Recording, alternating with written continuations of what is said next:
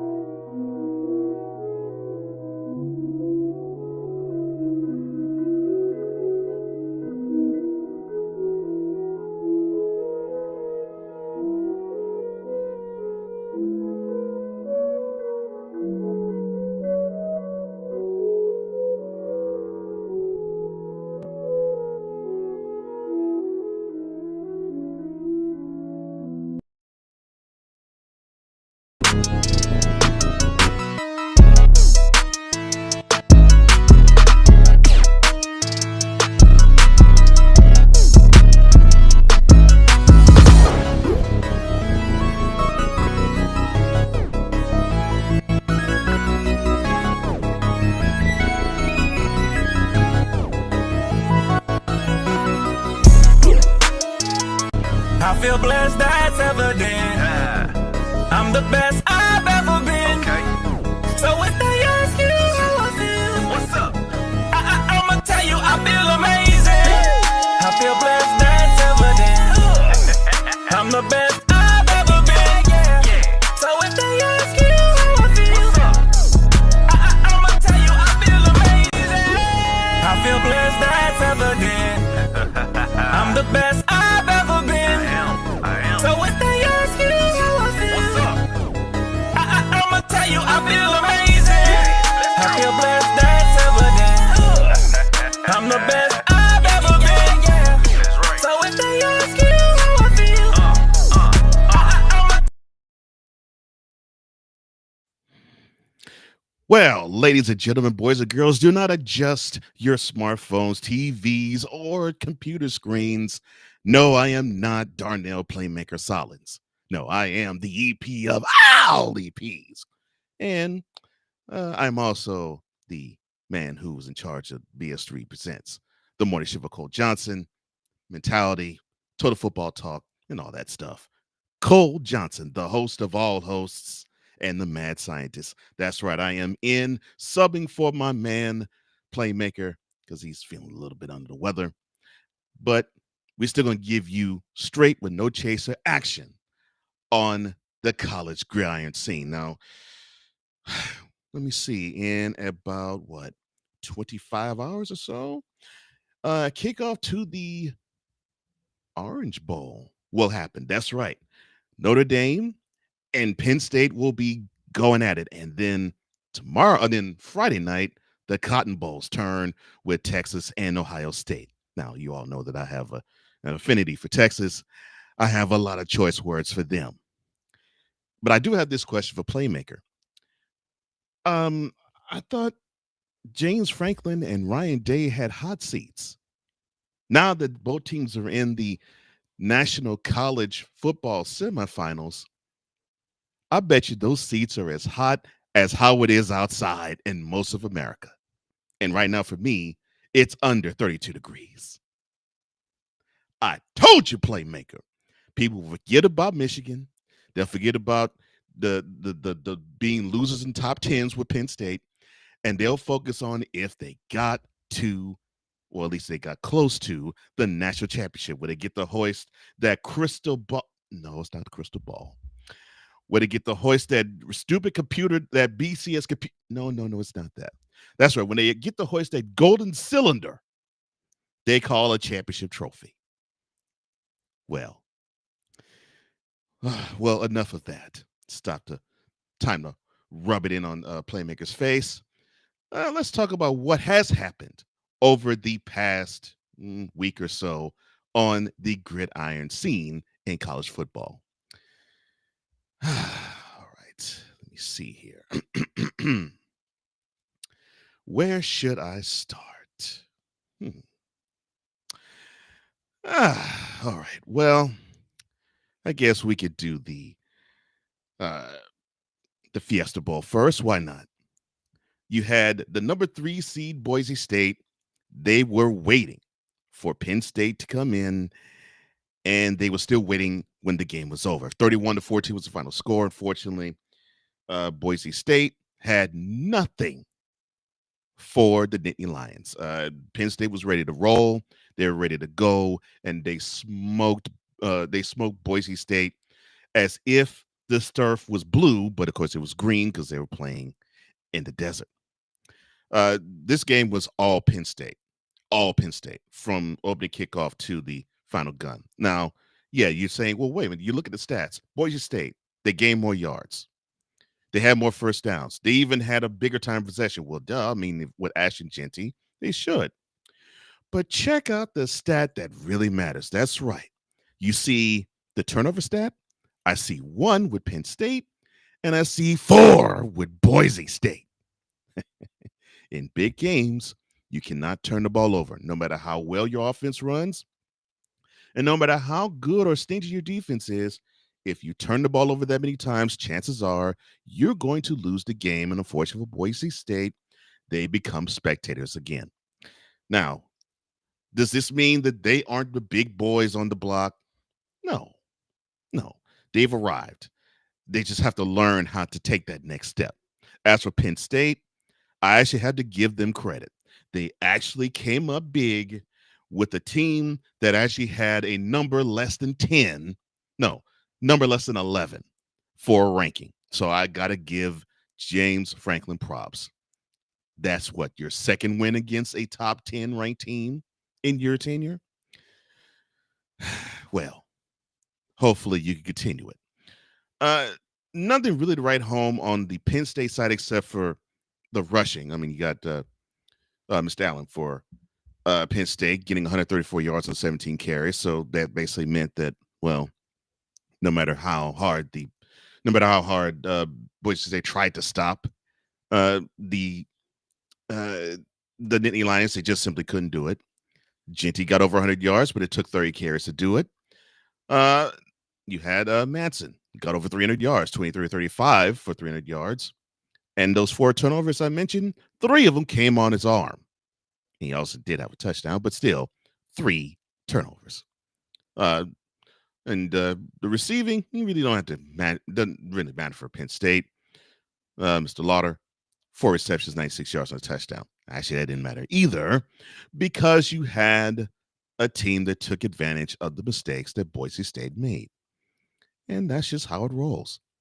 Well, in that Fiesta Bowl, you have Penn State. They advance, and they were waiting for the winner of the Georgia Notre Dame Sugar Bowl. But let's not go there yet. Let's go to Atlanta and the Peach Bowl, where, yeah, this has been probably the most hotly contested matchup of the 4, obviously.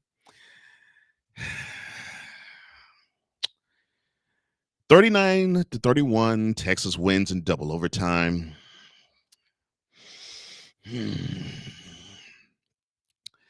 How can I put this? Arizona State, they clobbered them with yards. Each team turned over the ball once. They clobbered them in time of possession. Of course, with Scatterbo, they should. And they almost doubled them in first downs. Arizona State, with the feverish comeback, should have won this game. What pisses me off was that the Longhorns were up 24-8 in the fourth quarter. This game should not have been going overtime, but we decided to just simply be absent-minded on both sides of the ball in the fourth quarter, and then overtime ensues, and then you needed to have a 4th-and-13 saving touchdown pass. Otherwise, we'd be talking about Arizona State going on to the Cotton Bowl, not Texas. Sarkisian, get off of your behind, son. Learn that you were in the playoffs. Woosa. Playmaker picked me to steer the ship. I'm not going to go on soapbox rants and tangents. Woosah. All right, so uh, back that up a little bit, sir. All right, so Ewers, the quarterback for Texas, he did throw for 300 yards, over 300 yards, 20 of 30. He did throw for a pick, the one turnover they had, uh, and he threw for 3 touchdowns. That's a decent game. I like that from him. What I don't like is the running game, which that's what they buried Clemson with. They didn't come close to burying Arizona State with it, with Wisner only getting 45. But Golden, he did shine with the wide receiver core, 149 yards of the touchdown on seven receptions. He had a lot of key receptions until that feverish comeback that Arizona State have. Now, for the Sun Devils, Levitt had 222 yards. He did throw a pick. He did not throw a touchdown, 24-46. But we all know that Arizona State's offense does not surround itself by passing. It's the running. And Mr. Scatterbo was a man among boys yet again. 30 carries, 143 yards, 2 touchdowns. And they literally ran their way behind his legs to that overtime, well, I will say lead. And Scatterbo also had almost 100 yards on the receiving end with 6 receptions. By far, this was the closest contest of the 4. Unfortunately, it should not have come down to that because Texas is proving to me that they're not ready to be the big boys. You should have smelled blood because you had Arizona State down, you had them out. You did not take them out, and you paid the price for it. But que sera, sera. Texas advances. They go back home to the home state where they will be playing the Cotton Bowl, and they're awaiting the winner of Ohio State and Oregon. So all is well, right? Well, Texas better get ready because what we saw in that wonderful Rose Bowl game between Ohio State and Oregon, you saw a team in Ohio State wanting to get everything and then some against Oregon. Now, these two teams met in Eugene back in October. And if it wasn't for a boneheaded play by Howard, the quarterback of Ohio State, they probably would have lined up for a field goal and they probably would have stolen the game there. However, 32-31 was the final score. Oregon escaped with a victory. And they were undefeated all the way through until this game. And they picked the worst time to play the worst game of their season because it was 34-0 almost at the half. If they didn't get a 2-point conversion and a touchdown, it would have been donuts and a 34-point explosion in the first half for Ohio State. I mean, come on. Almost doubled them in yards. They really didn't need more time possession. They really didn't have to get first downs. All they had to do is just simply find open man. And we'll talk about that open man in a second. And voila, 7 more points were put on the board. I am thoroughly impressed with how Ohio State has been. I mean, they ran through Tennessee and Columbus, and then they go to Pasadena, and they simply truck, and I do mean TRUCK, truck the Ducks. I mean, they took their conference rival, not their biggest conference rival, but they took a conference rival and dispensed them like they were just simply old panties. Old, dirty, funky panties. It just was nothing to the Buckeyes to lay waste to Oregon. Now, the aforementioned Howard, he really didn't impress all that much. 17-26, 319 yards, 3 touchdowns. Now, you probably say, well, wait a minute, Cole, that is impressive. Yeah, but really, it wasn't. My man, Mr. Smith, on the receiving end. 7 receptions, 187 yards, and 2 touchdowns. It literally looked like every time he received the ball, there wasn't a green jersey within 10 yards of him. almost every time the pass was thrown to him. And not to be done, only 8 carries, 94 yards for Henderson. He also notched 2 touchdowns under his belt as well. poor, poor Ducks. You had Gabriel, the one of the Heisman Trophy also rans. He almost threw for 300 yards and 2 touchdowns, 29-41. Unfortunately, the running game, which pretty much is their calling card, did not come a calling in the Rose Bowl. 7 carries, 14 yards, Mr. James. Mr. Holden, 7 receptions, 116 yards, and 2 touchdowns. It just simply was not Oregon's day. I mean, Ohio State took it personal. They took it personal, and then they took it out on the Ducks. And now they advanced to the Cotton Bowl. We will see them Friday night in Texas, in Arlington, and they'll face off against the Longhorns. Now, I feel for the Longhorns because they're going to have to come with a mighty effort to knock this team off. Because if Tennessee couldn't even lay a finger on them, and if the previous number 1 seed and number 1 ranked team almost throughout the whole season couldn't lay a finger on them, what can the Horns do? We'll touch on that a little later. And then finally we get to the Sugar Bowl, which unfortunately it was delayed a day, and it had to be a delay a day because you had a dummy who decided to run roughshod all over people in the French Quarter or in the CBD. But the game got underway, thankfully. It was supposed to be January 1st, but it got rescheduled to January 2nd. And I think Georgia probably would wish this game was rescheduled yet again. The final score was 23-10. The Fighting Irish beat down on Georgia. The game really was not that close.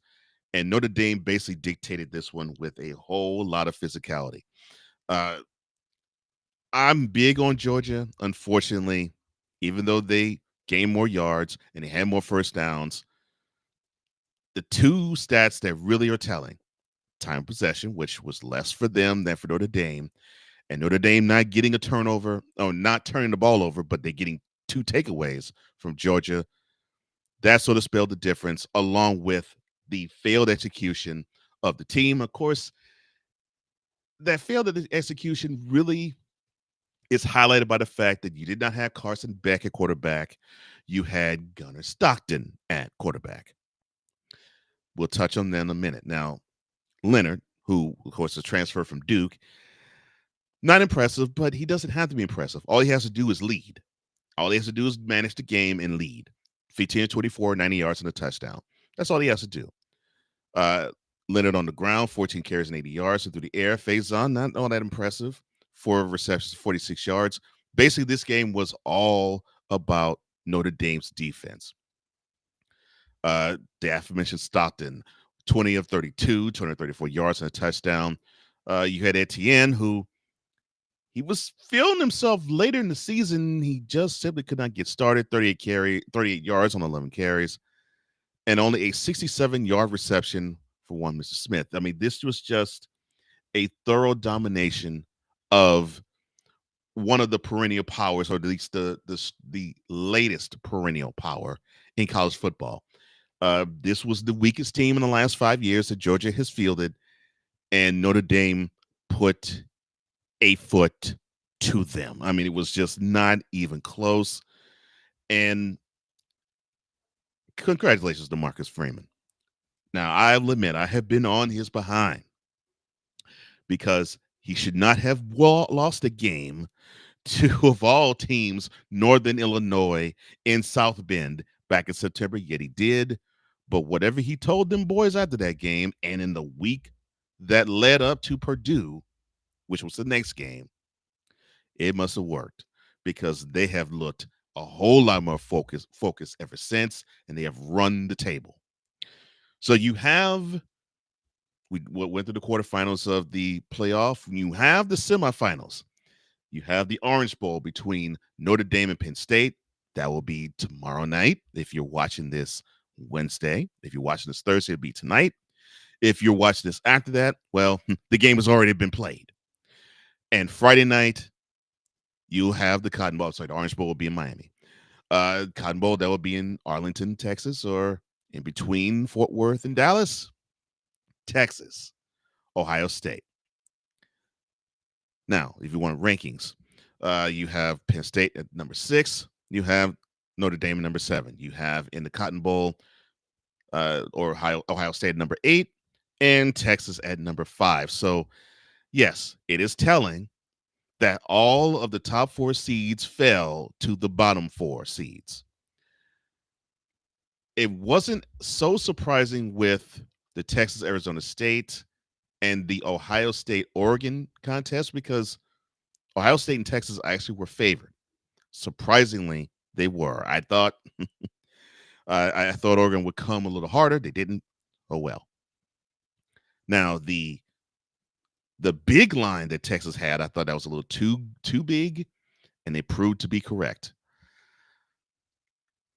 I think it was the other two that you didn't think. Well, maybe people thought Penn State would advance, but I don't think anybody thought, even with Stockton at QB, that Georgia would fall so hard to Notre Dame. But fall they did, and here we are. All right. So now, who is going to be the 2 teams that we think is going to represent the national championship on January 20th? That's right. Martin Luther King Day is when the final is going to take place in good old A to the T to the L. Yeah, that's right. So the birthplace of Martin Luther King Jr. is going to celebrate his birthday and celebrate a national champion to be. So we will definitely preview the Orange Bowl and the Cotton Bowl. Well, when you get back. This is Bearing Down the Gridiron. Everything Boston. I love you morons. New Kids on the Block, New Edition. Dear whatever the law firm is. Sincerely, the U.S. Supreme Court. Ben Affleck, Matt Damon. Go yourself again, Jason Whitlock.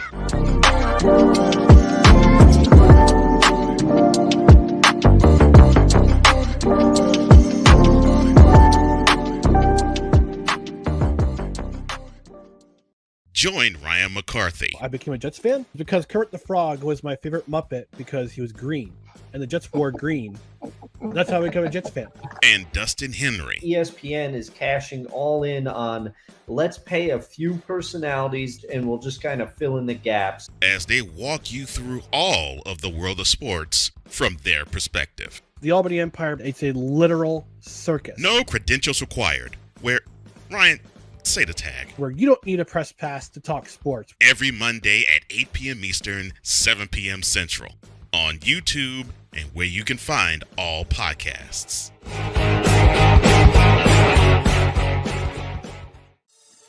Shop hats and official sports gear at Lids. Lids is the leader and #1 destination for hats, gears, and everything that moves you, making it the perfect shop for fans to find official sports hats, merchandise, and gear. Represent your team, your town, and your style with a snapback adjustable fitted hat or beanie from thousands of college and pro teams. Browse the very latest sports jerseys and t-shirts from the best teams out there. Lids has officially licensed professional and college sport team apparel and hats featuring the hottest brands and trends. Shop online or visit one of the 100 stores across the country. Locker Rooms by Lids. In a world where chronicles of the past are brought to the streams, whether the content is relatable or completely beyond your realm of life, there is no shadow of a doubt that this show is absolutely full of shenanigans. Get ready for D. Willie in the evening. this Sunday at 10:05 p.m. Eastern. Exclusively on Sertoba Media, where the struggle is real to be awesome.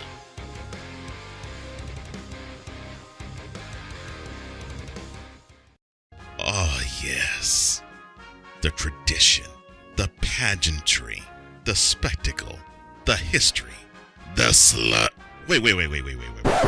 I gotta rep my brother's stuff right. All my DMV soldiers, stand up! And welcome to the Commander's Gridiron Report. You want your commanders to be repped right? Well, D. Willie is your man. Commander's Gridiron Report. Every Monday at 3:05 p.m. Eastern, 2:05 p.m. Central. Exclusively on the Sertoba Media YouTube channel. Music by J. Cool. Where my soldiers? Right side. Commanders. Where my soldiers? Left side. I feel amazing. Oh, I'm sorry, my bad. I'm amazing. Oh, sorry, my bad. Welcome back to Bearing Down the Gridiron. I am Cole Johnson in place of the one, the only Mr. Pop Guard extraordinaire himself. That's right, the Playmaker, codename the Playmaker. And along with catching this on the Playmakers Blog YouTube channel, you can also catch this on my brother Wise LFA's Real Wise Radio Network. You can catch it Saturdays, 11 a.m. Eastern. That's right. Saturday, 11 a.m. Eastern, you can catch this and every broadcast of Bearing Down the Gridiron. That's right, on the Real Wise Radio Network. Glad that we are part of that family. And I'm glad that my brother decided to pick up this wonderful show. It's been a wonderful marriage. Now, let's get down to business, shall we? The Rams are no, I'm just joking. So we're now down to the final four, and we're down to the final two big bowl games: the Cotton and the Orange, with the national championship in the horizon in a little less than 2 weeks' time. So the Cotton Bowl will be Friday night, but the Orange Bowl will be tomorrow night. Number 6 seed Penn State, number 7 seed Notre Dame. The kickoff will be all times are Eastern, 7:30 p.m. on ESPN. I think what we're going to be seeing is which team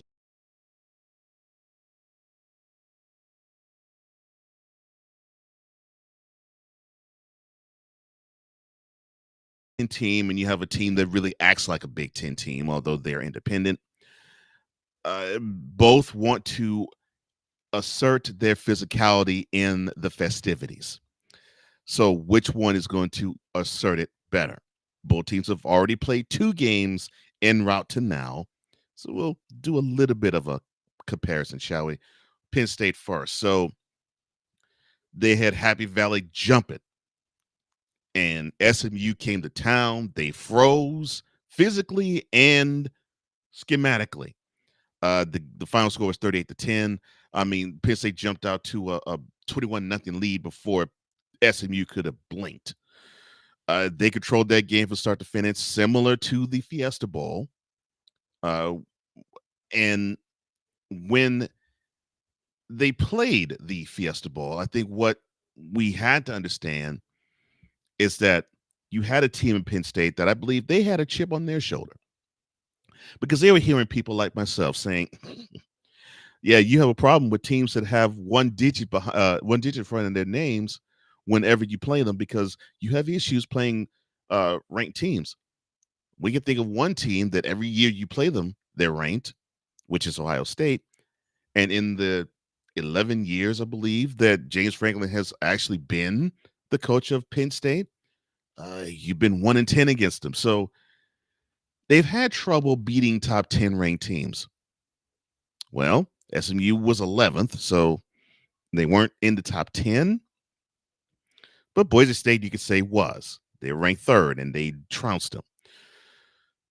And they did it with a suffocating defense. They want to get after the QB as fast as they possibly can, and they want to just simply shut down whatever you want to do and make your offense one-dimensional. That's just how Penn State has rolled throughout the year, and definitely that's how they've rolled in this playoff stretch. And then you have, now, and then you have Notre Dame. You're looking at them, and you're saying, okay, well, uh, they are looking pretty good too. I mean, they had some impressive victories in the regular season. I mean, they put up 65 against Purdue. They gave Army and Navy their first losses. The Army lost in the Bronx. I mean, it was like what 49-7. So I mean, they really stumped a mud hole in teams en route to now. And then when we get to the playoffs, so they had the game in South Bend where they hosted Indiana, and it was basically it was a 98-yard run by Leonard that basically just sealed things, and that was in the second quarter, and that basically was it. Indiana just could not recover.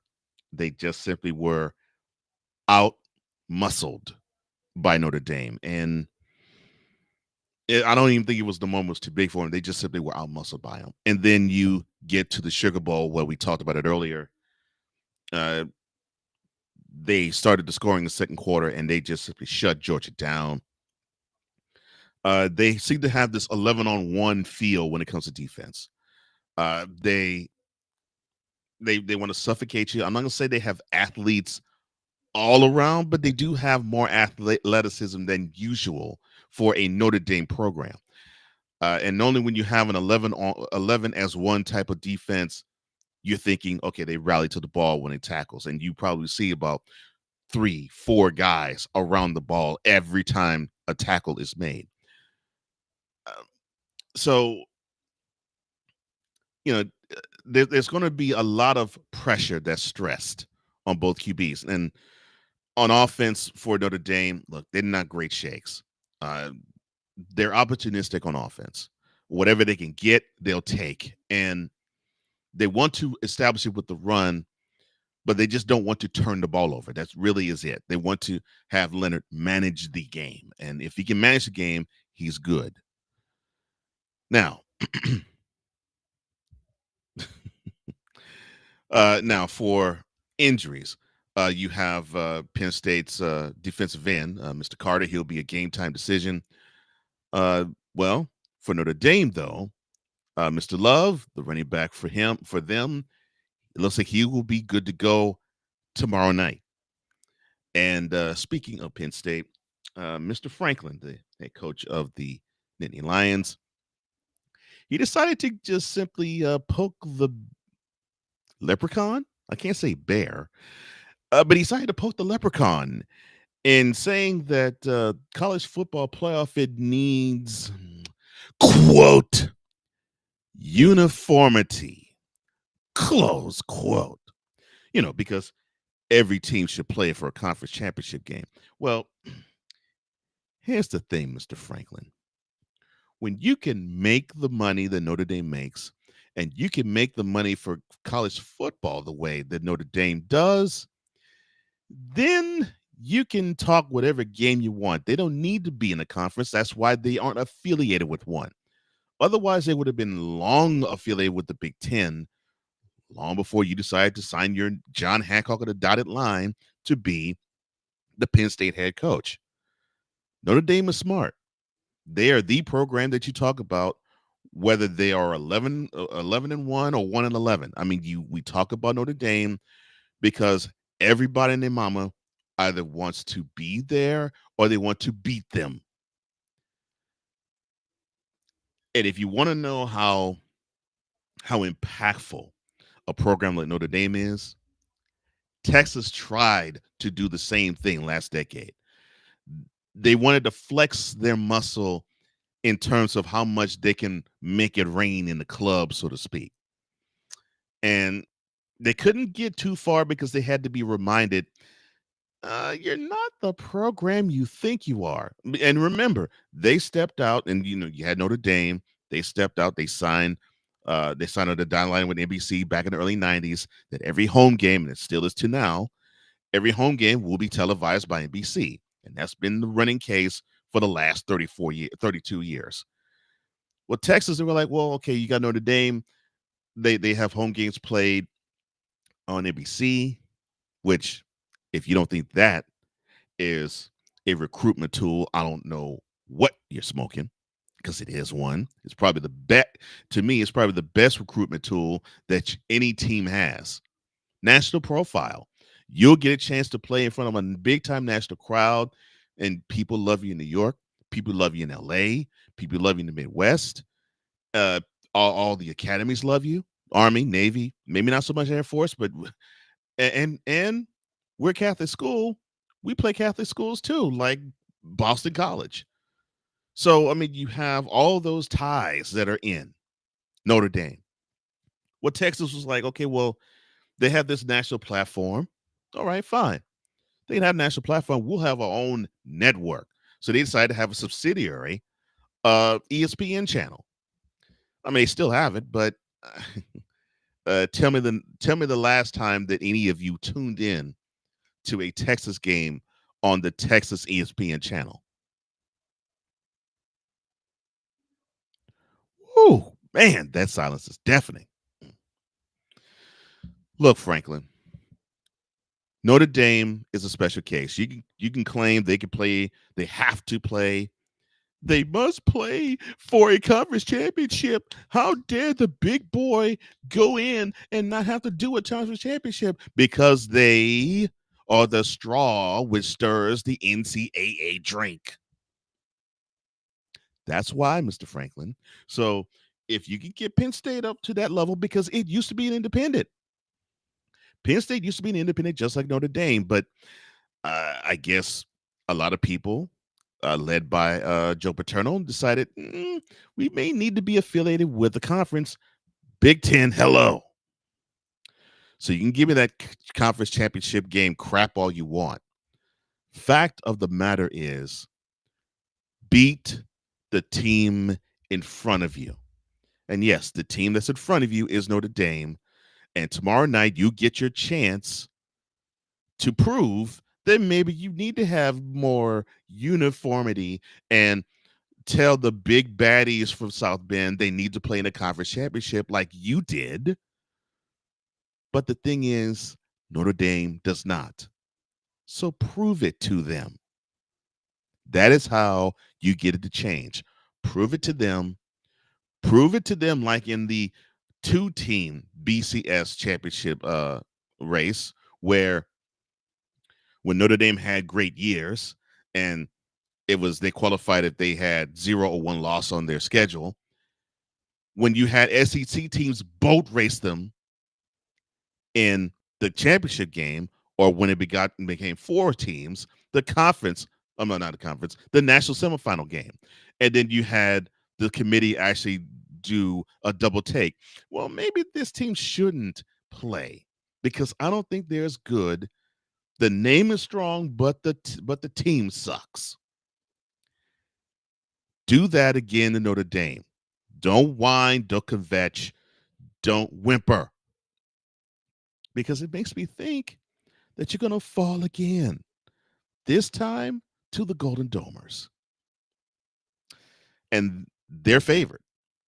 The latest line I saw actually was 1.5.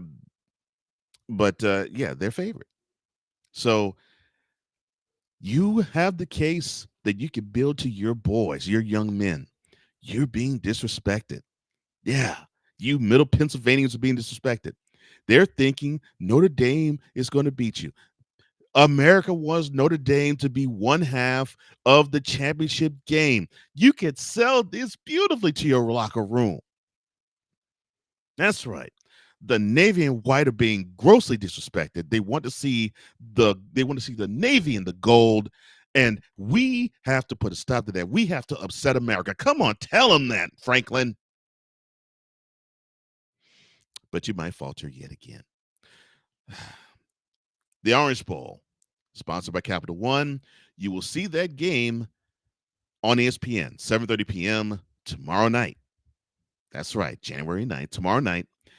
And remember, Notre Dame is favored. Although they are the lower seed, they are favored. You'll see this as a running theme. Now, let's get to the Cotton Bowl, which that will be Friday night, January 10th. But Friday night, kickoff will be at 7:30. ESPN will carry that game as well. Now, for those who don't know, the Orange Bowl, that is in Miami, the Hard Rock Stadium in Miami. The Cotton Bowl will take place in Gerald World, or AT&T Stadium in Arlington, Texas. For those who don't know, that sits roughly in between, well, I would say probably is about 10 miles east of Fort Worth and 20 miles west of Dallas. But it basically is in the middle of those two cities. As you can see, the lower seed, once again, Ohio State, they're favored. Now, you'd probably say, Cole, aren't you upset that your team, Texas, who they actually were in a conference championship game, they're the underdog to a team that didn't even sniff a conference championship or conference championship appearance? No, I'm not. You have two wonderful reasons why. Number one, Ohio State has trucked some teams. I mean, they trucked Tennessee. I'm sorry. Put a bookmark on this. Memo to Tennessee fan. We don't care that you decided to make the horseshoe half orange with a 42-17 stomping that your team took in Columbus, Ohio. You lost. You took an L there. You know, L, loss, means that your team is insignificant. It means that the 9th seed that you were meant nothing. The orange out that you tried to do meant absolutely bupkis. And so that I-71 to I-75 drive back to Knoxville meant nothing. You lost. So don't just be happy like, whoa, look at that. We dominated the horseshoe. Well, you were stone sober quiet. And you should have been, because Ohio State wasn't playing with you. They weren't playing with you. And then they should not have. They were sick and tired of hearing that they were being dominated by SEC teams, and they were definitely sick of having that putrid effort on November 30th against their arch rival Michigan at home. And they may have felt a little bit slighted by the fact that Michigan decided to put their flag in the middle of the horseshoe. Who knows? What I do know is they followed that 42-17 performance with a 41-21 performance in the Rose Bowl. I mean, you had revenge on the minds of the Buckeyes. I mean, they looked at that game in October and they said, okay. And you could tell, at least when they took the field in the Rose Bowl, they had in their minds this circled. They wanted a deal with Oregon. It didn't matter when. Quarterfinal, semifinal, national championship. Didn't matter. They wanted to have Oregon. They wanted to have another crack at them. And I'm sure they all felt to a man they were the better team. That because of a mistake, they lost in Oregon, in Eugene, which is true. A scramble up the field, 6 seconds to go in the game, and you don't call a timeout. Yeah. And by the time he slid, the time ran out. Yeah. You know, so you have Ohio State. They dominated the first half against Oregon, and they just sleptwalked the second half. They didn't even have to appear in the second half. So now you have an offense that has scored 42 points in one playoff game, 41 points in another.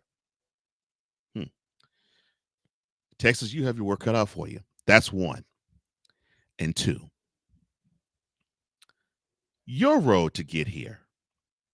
Now, I could say it was pretty good, but I can't. Yes, you had a 38-24 victory at home against Clemson. That's understood.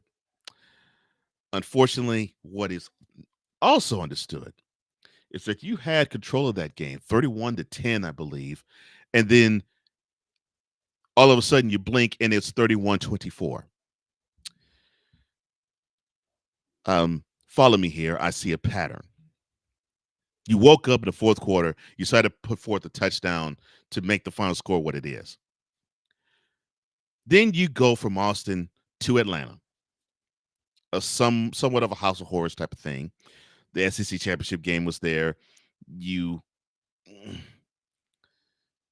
played not to lose. I'll put it out there. You played not to lose, and you lost to Georgia, as you should have, because you just were not you were just not good enough.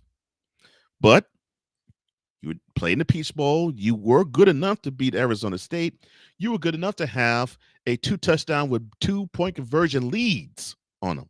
You had a 16-point lead, 24-8. And Arizona State literally ran down your throats back into the game. And then they go up 31-24. And then you lollygag on offense in overtime, almost to the point where you lollygagged your way out of the Peach Bowl, taking an L. But you luck up, you get a touchdown, you get the extra point, and then the very next play, you score a touchdown, you get a 2-point conversion, which, of course, in the second overtime, you have to go for a 2-point conversion. And then you get an INT to seal the deal. Let me see. You you almost choked away a 21-point lead against Clemson.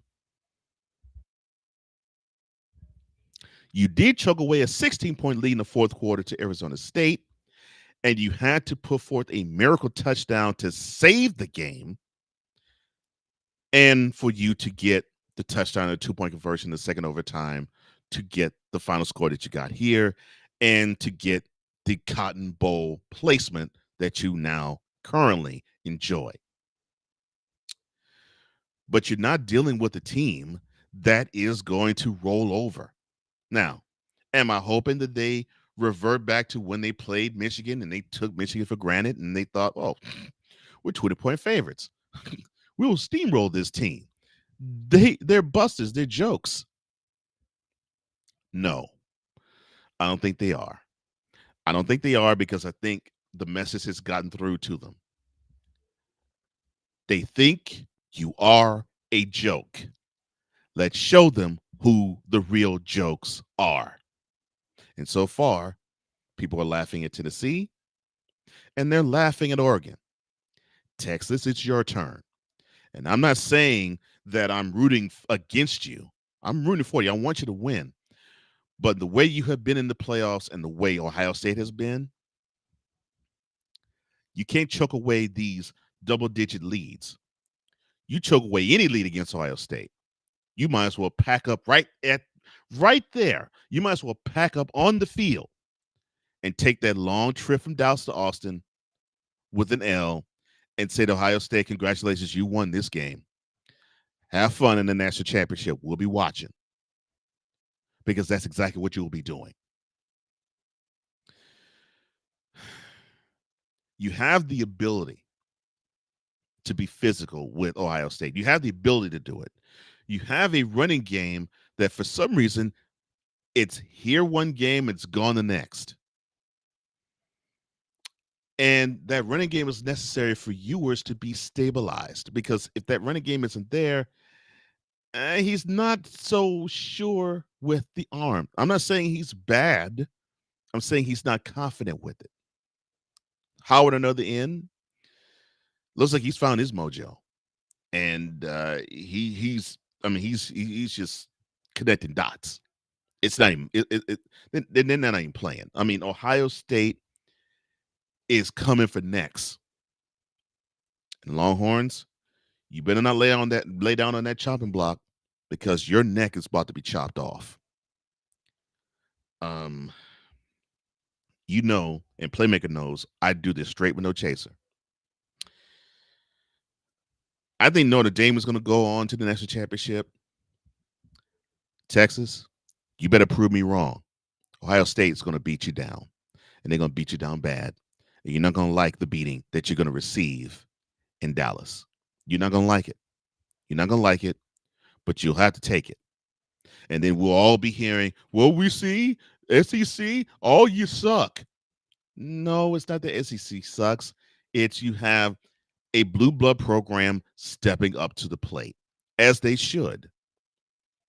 Again, 7:30 p.m., ESPN will have that kickoff, opening kickoff at 7:30.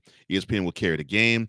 Friday night, the Cotton Bowl, sponsored by Goodyear, Texas, versus Ohio State.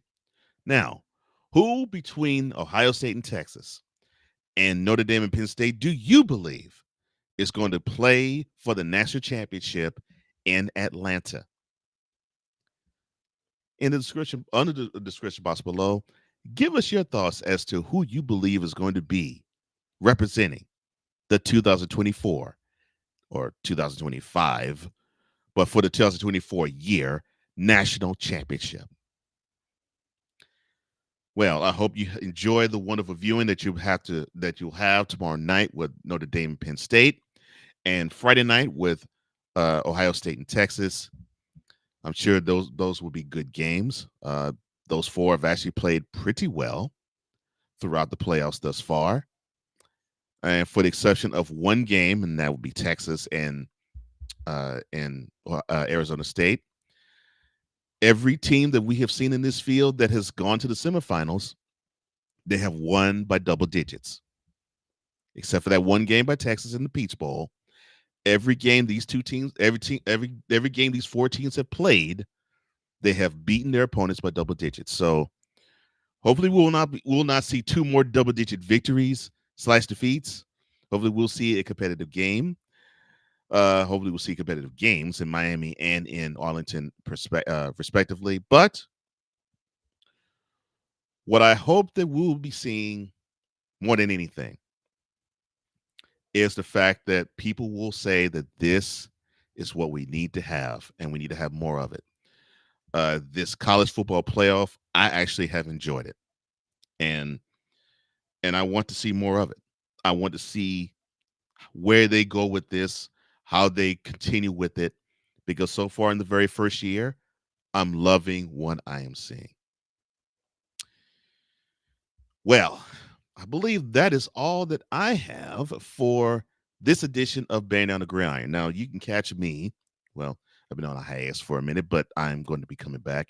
But you can catch me every morning, or starting Monday, every morning, 8 a.m. Eastern, 7 a.m. Central, 5 a.m. if you're out on the West Coast, on the BS3 Morning Shift Cole Johnson YouTube channel. You see it in the background. BS3 presents the Morning Shift with Cole Johnson. That's right. And we talk about any and everything: health, politics, entertainment, social justice, sports, weather, spirituality, or Christianity. We touch on it all. So, and yes, we'll even touch on college football, and I'll touch on the remnants of who's going to be the two teams standing in Atlanta and when and after the national championship game. We'll touch on that on the Morning Shift with Cole Johnson. We will do that.